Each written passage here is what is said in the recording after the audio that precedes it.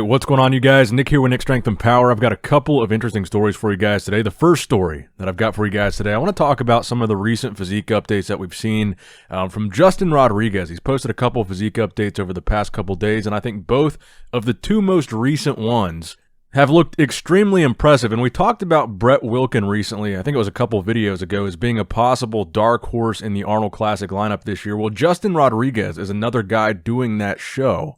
And he's a guy, in my opinion, he's kind of my biggest wild card in this show. I think he's extremely underrated. I think what we've seen from him lately in terms of physique updates have been extremely impressive. He's about 2 months away from taking the stage at the Arnold. At this past year's Arnold Classic, 2021, he was top 4. He was first call out, 4th place, very impressive finish. And it's worth noting that 2 of the guys that were in that top 4, Iain Valliere and Nick Walker, who were 1 and 2 at last year's Arnold Classic, will not be there.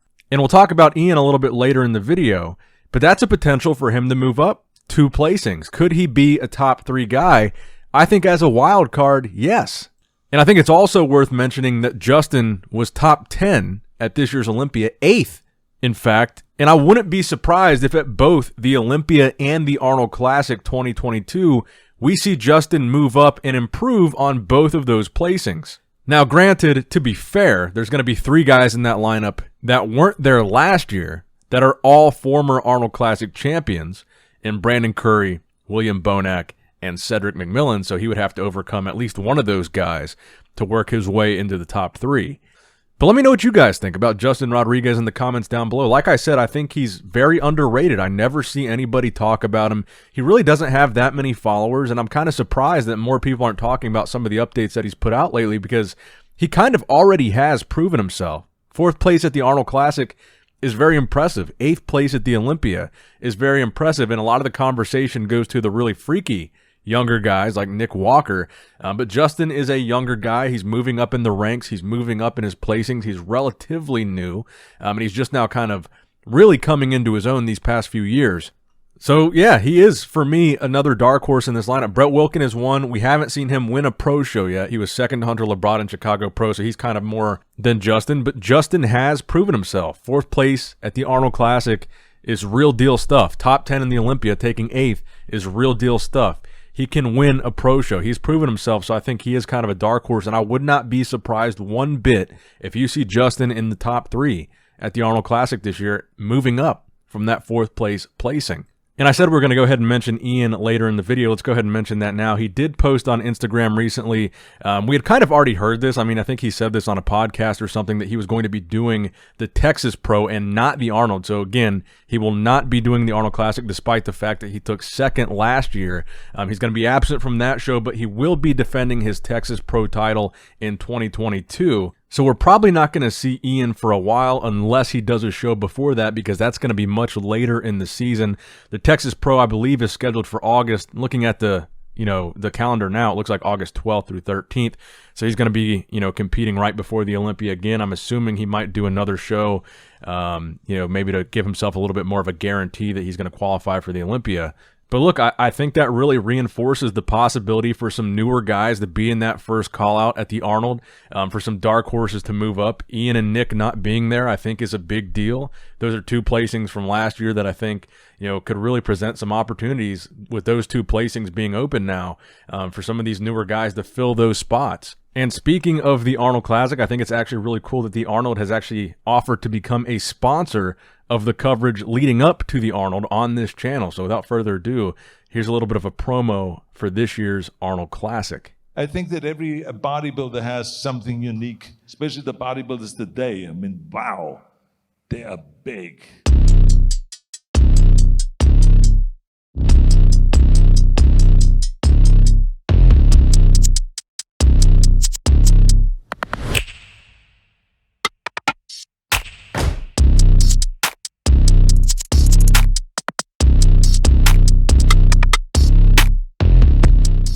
So thank you to the Arnold for sponsoring today's video. Now let's get into the next story here. Dorian Yates did a recent interview on the True Geordie podcast where he had some interesting things to say about today's bodybuilders, specifically the health risks associated with today's bodybuilders and really a lot of the stuff that today's pros are taking. And he dives kind of deep into that during this podcast. And I think it's valuable coming from him, considering the fact that he's been very open about his own gear use in the past. He is a former multiple-time, 6-time Mr. Olympia champion.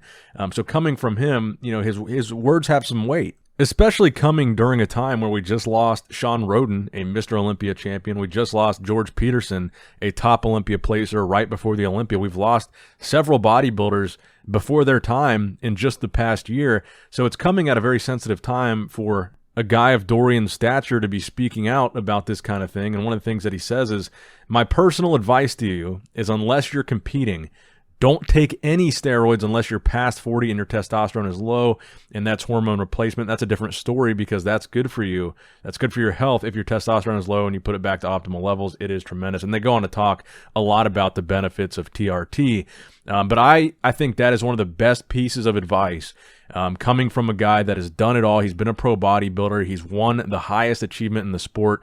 For him to say his personal advice is that if you are not competing, don't take anything unless it's TRT and it's prescribed and you need it and you're past 40. I think that is, there's a lot of value coming from that statement, especially to the younger fans that watch and look up to these guys. I mean, Dorian is one of the most respected guys in the industry. Like I said, he's won the highest title in the game. There's a lot of young guys, a lot of high school guys that are just starting working out, a lot of guys in college, a lot of amateur competitors, a lot of guys that might not compete at all. They might hear the interview where Dorian is, saying all the stuff that he has done, and they might say, well, I need to take all that stuff too if I want to be like Dorian or any other pro bodybuilder that has been open about what they take. You could have a young guy watch that and say, hey, that's what I need to do. I need to take all that stuff. So for Dorian to say, my personal advice is that if you're not competing, don't take anything. I think that is probably, it's really good to hear someone of his stature say that. And you guys can check out the full clip if you want. It is on the True Geordie Extra YouTube channel. I think it's even titled The Danger of Steroids. So they do a good job of highlighting, some of the negatives and giving some really good advice in terms of some of the misinformation that's out there. But I would like to echo that opinion, and that is my opinion as well. If you are not competing, I don't think you should take anything. Now, if you are competing and you want to weigh out the risks and benefits and do your own research, you're more than welcome to, but I think that is pretty solid advice. There's no reason to take it except for personal and really vanity if you're not competing. But let me know your opinion on that in the comments down below. So the next story I want to talk about here was William Bonac. He's posted a couple of physique updates recently, and he obviously is going to be defending his title that he won back in 2020 at this year's Olympia. Now, at this year's Arnold Classic. He skipped the 2021 Arnold Classic where Nick Walker won. Not necessarily skipped it by choice, but he did not get the opportunity to defend his title due to whatever the travel restrictions were that prevented him from coming into the country. But most recently and most notably, he posted this back double bicep shot at 9 weeks out. He is going to be technically one of the favorites going into the show because he technically wasn't defeated to lose the title. He just wasn't there to defend it this past year. So my question to you guys is, what are the odds of William Bonac being able to capture another Arnold Classic this year in 2022?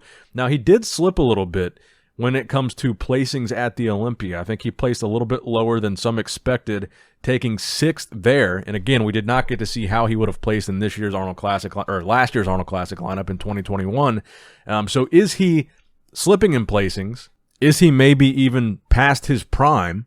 Or do you think he's going to be right there up in the competition with Brandon Curry? My personal opinion is it's going to be, I think the top 3 is going to include William Bonac and Brandon Curry both. And more than likely, we will see another battle, maybe potentially another call out of just the 2 of them, like we saw in the past, because they are both former Arnold Classic champions. And I think, look, it's going to be a pretty interesting battle between the 2 of them. And finally, a pretty comprehensive 2022 IFBB schedule has been released recently, starting with the Arnold Classic in March all the way through the Olympia in December. Some really key shows on there if you want to screenshot this and save that for later. This was posted on my Facebook page if you want to follow Nick Strength and Power on Facebook. But the Boston Pro is coming up right after the Arnold Classic. They're actually giving away a pickup truck as the first place prize at that show. I just heard that today. So we're adding another show to the list that's giving away a car, which I think is cool. The Arnold Classic Brazil in April, the Indy Pro in May, New York Pro in May. A lot of shows over the summer, June, July, and August. There's a whole bunch of shows right in the middle there. So that looks like the bulk of the schedule is going to be taking place between May and August. So yeah, we're just about 2 months away from getting things really kicked off. As you can see, right after the Arnold Classic, we're right back into the pro bodybuilding action. So I know it seemed kind of slow. There hasn't been a whole lot of bodybuilding news. There hasn't been any competitions. But pretty much once the Arnold gets that season kicked off, we got a lot to look forward to immediately in those first couple months of the competitive season. So let me know what you guys think in the comment section down below. I hope you guys enjoyed the video. As always, make sure you leave a like on the video, make sure you subscribe, make sure you hit that bell notification icon. All those things help out a lot. As always, I love you guys. Appreciate you guys. Nick Strength and Power signing out.